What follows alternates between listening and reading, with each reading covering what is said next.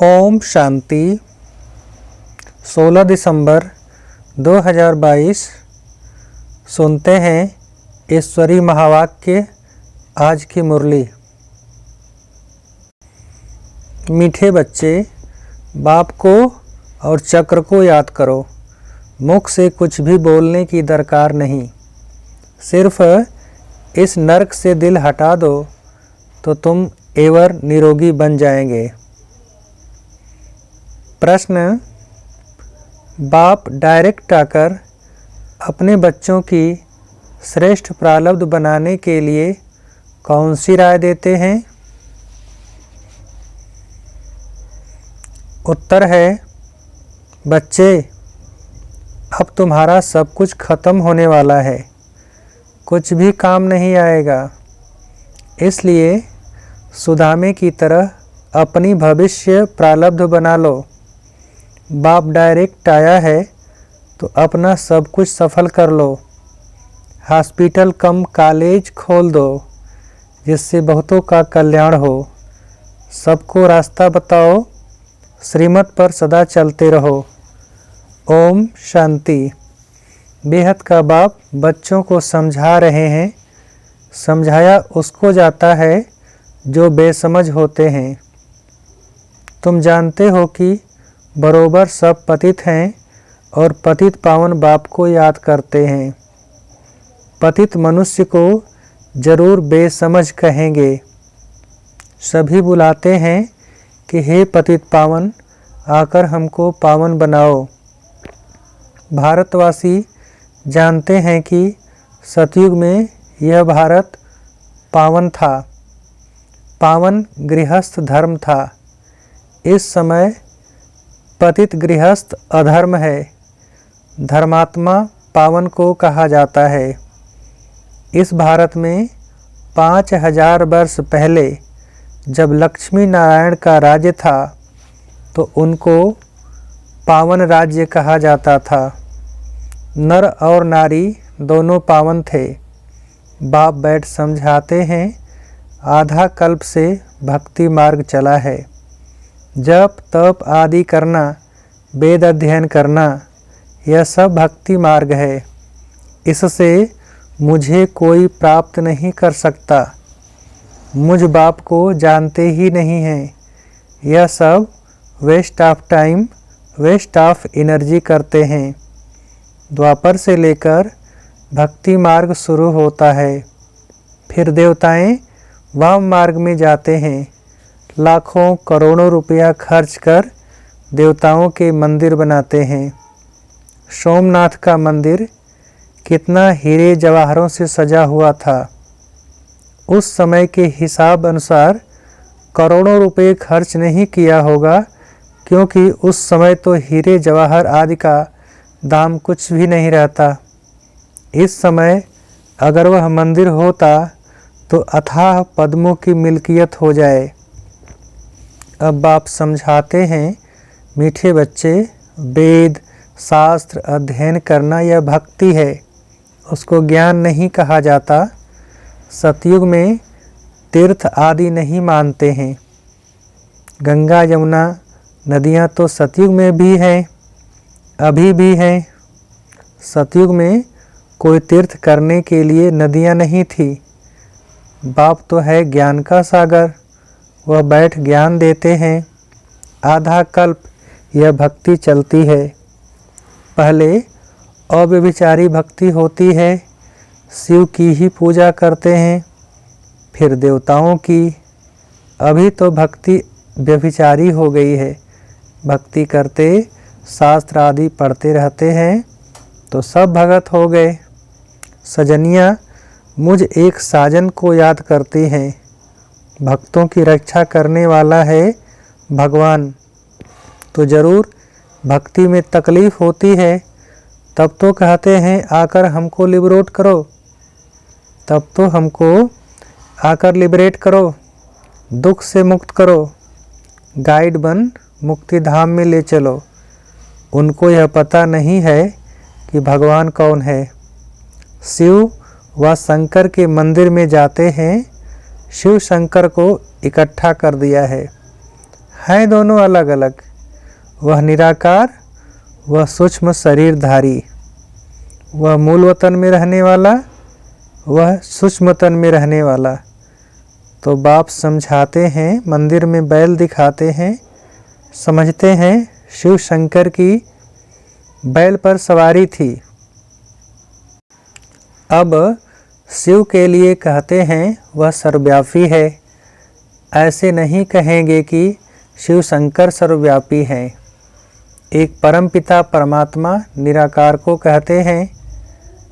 अब बाप कहते हैं, देखो मैं निराकार तुमको कैसे पढ़ाता हूँ।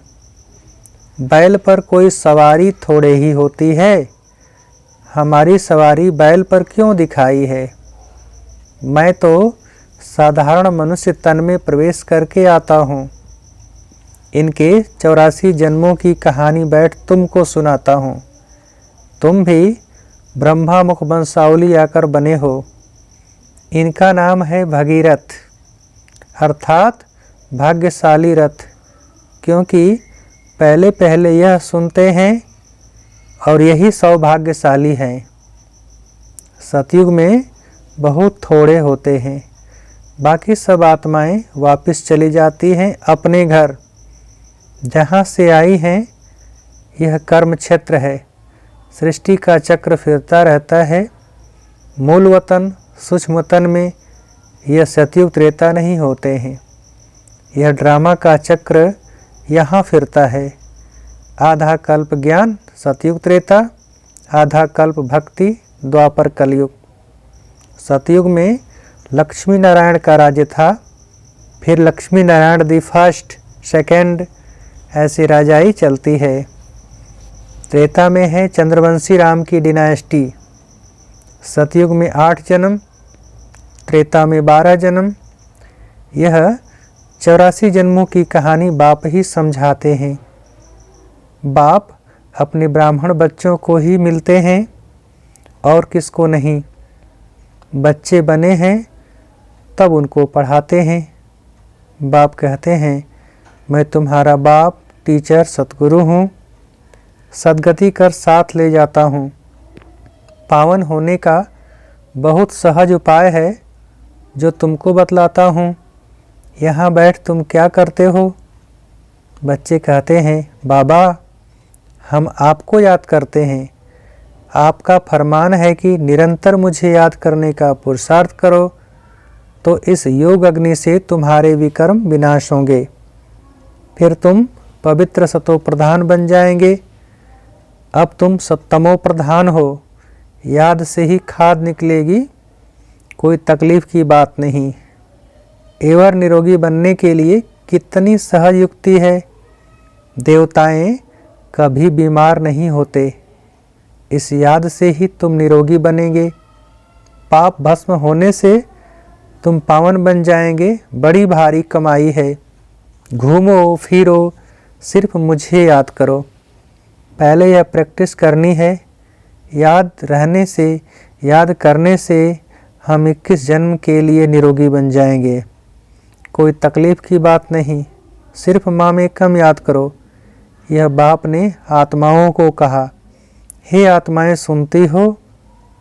बाप मुख से कहते हैं, मुझे याद करो और घर को याद करो। अब यह नर्क खलास होना है, जाना है अपने घर। भोजन बनाते समय भी याद का पुरुषार्थ करो। भल तुम कर्मयोगी हो तो भी कम से कम 8 घंटे तक जरूर पहुँचो। 5 मिनट, 10 मिनट, आधा घंटा, ऐसे चार्ट को बढ़ाते रहो। जांच करते रहो हमने कितना समय बाप को याद किया। जिस बाप से वैकुंठ की बादशाही मिलती है, 21 जन्मों के लिए सदा निरोगी बनते हैं। कितनी सहज युक्ति है। चक्र का नॉलेज समझाया है कि चोटी ब्राह्मण, देवता, क्षत्रिय, वैश्य, शूद्र, यह चक्र याद करना है। बीज और झाड़ को याद करो। अभी तुम जानते हो, एक धर्म की स्थापना हो तो दूसरे धर्म विनाश हो जाएंगे। सतयुग में एक ही धर्म है। तुमको मेहनत ही इसमें है।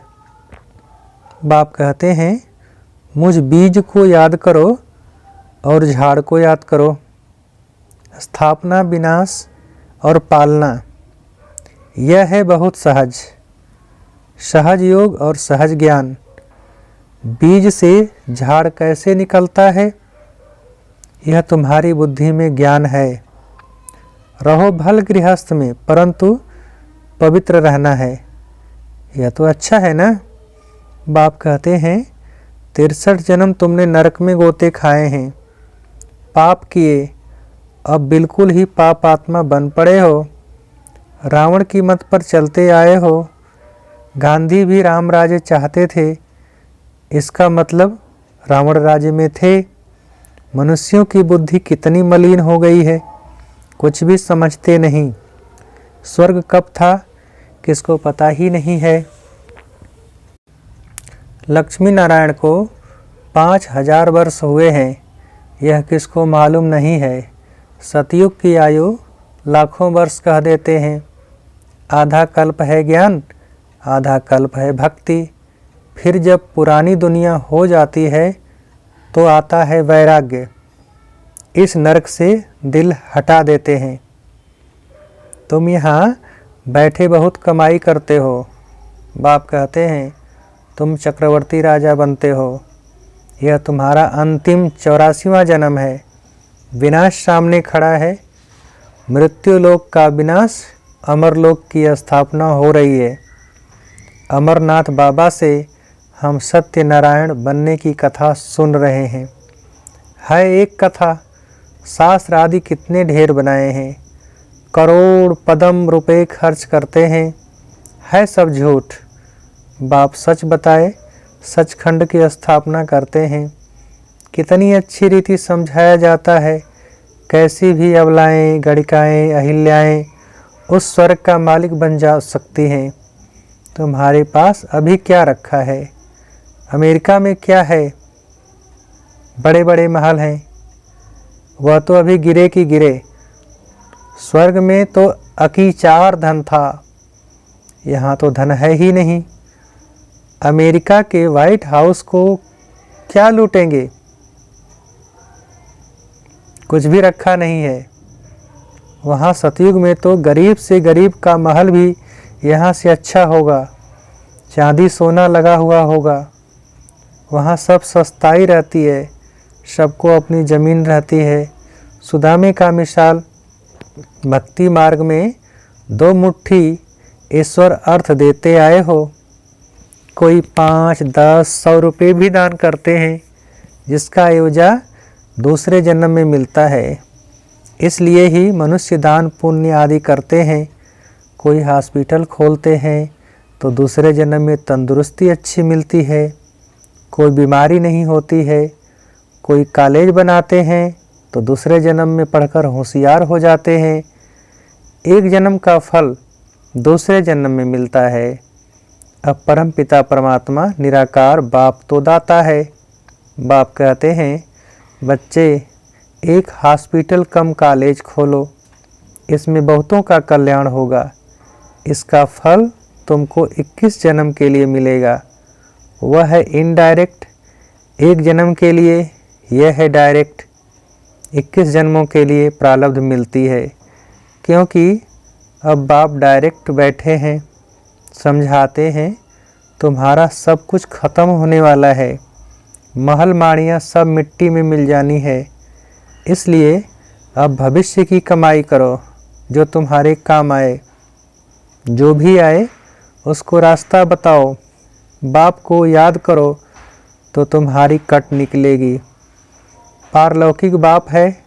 बाप कहते हैं श्रीमत पर चलने से तुम स्वर्ग के मालिक पारस बुद्धि बन सकते हो। कितनी युक्तियाँ भी बाप समझाते रहते हैं। हर एक के कर्म का हिसाब अपना अपना है। बाप कर्म अकर्म विकर्म की गति बैठ समझाते हैं। कोई भी तकलीफ हो तो सर्जन के पास आकर श्रीमत लो। अहिल्याओं, कुब्जाओं, सबको यह रास्ता बताना है। पवित्रता पर ही हंगामा होता आया है। विष नहीं दिया तो मारने लग पड़ते। घर से निकाल देते हैं, कितना हंगामा करते हैं। बाबा कहते हैं इस ज्ञान यज्ञ में असुरों के विघ्न बहुत पड़ेंगे, अबलाओं पर अत्याचार बहुत होंगे और सत्संगों में कभी अत्याचार नहीं होते हैं, यहाँ पर विघ्न पड़ते हैं। बाबा कहते हैं कितने पतित बन पड़े हैं, अभी तुम पवित्र बनते हो पावन दुनिया का मालिक बनने के लिए।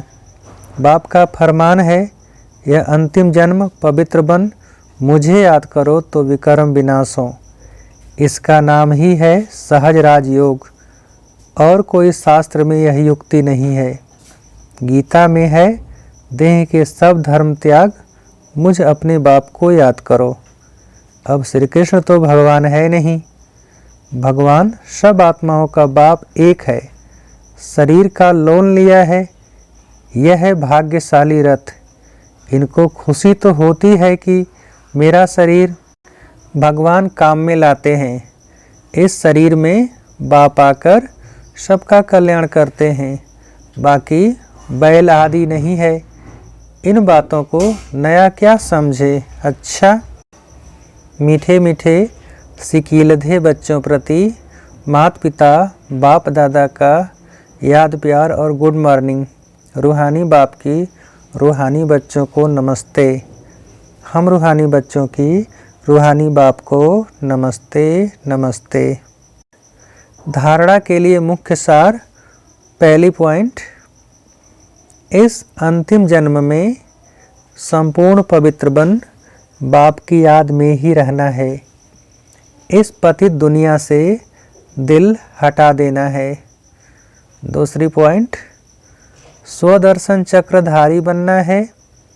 हॉस्पिटल कम कॉलेज खोल अनेकों का कल्याण करना है। हर कदम पर सुप्रीम सर्जन से श्रीमत लेनी है। वरदान, दिव्य बुद्धि द्वारा त्रिकालदर्शी स्थिति का अनुभव करने वाले सफलता मूर्त भव। दिव्य बुद्धि द्वारा त्रिकालदर्शी स्थिति का अनुभव करने वाले सफलता मूर्त भव। विस्तार है, ब्राह्मण जन्म की विशेष सौगात दिव्य बुद्धि है। इस दिव्य बुद्धि द्वारा बाप को, अपने आप को और तीनों कालों को स्पष्ट जान सकते हो। दिव्य बुद्धि से ही याद द्वारा सर्व शक्तियों को धारण कर सकते हो। दिव्य बुद्धि त्रिकालदर्शी स्थिति का अनुभव कराती है। उनके सामने तीनों ही काल स्पष्ट होते हैं। कहा भी जाता है जो सोचो जो बोलो आगे पीछे का सोच समझकर करो। परिणाम को जानकर कर्म करने से सफलता अवश्य होती है। स्लोगन, यथार्थ निर्णय देना है तो रूहानी फखुर यानी कि नशे द्वारा बेफिक्र स्थिति में स्थित रहो। यथार्थ निर्णय देना है तो रूहानी फखुर यानी कि नशे द्वारा बेफिक्र स्थिति में स्थित रहो। अच्छा, ओम शांति। मेरा बाबा शुक्रिया।